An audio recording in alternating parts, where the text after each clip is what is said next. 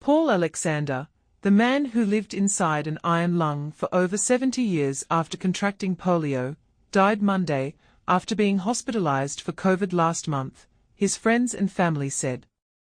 He was 78. Alexander's death was announced on a GoFundMe set up to help him with finances. "I am so gratitude to everybody who donated to my brother's fundraiser," Alexander said on the GoFundMe.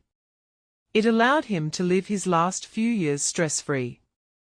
It will also pay for his funeral during this difficult time." It is absolutely incredible to read all the comments and know that so many people were inspired by Paul. "I am just so grateful." His story traveled wide and far, positively influencing people around the world. Paul was an incredible role model that will continue to be remembered, GoFundMe organizer Christopher Ulmer wrote on Tuesday. The cause of his death was not mentioned. Alexander, who lived in Dallas, Texas, was rushed to the hospital in late February after testing positive for COVID, according to his social media manager. He was released from the hospital, but was struggling to eat and drink.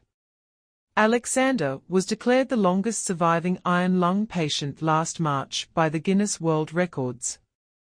He contracted polio during an epidemic of the debilitating disease in the 1950s, as a child living in Texas.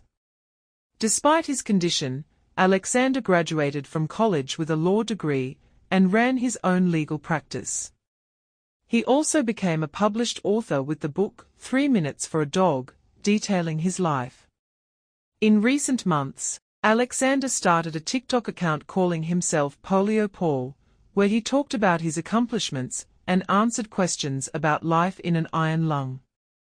The account had over 300,000 followers at the time of his death.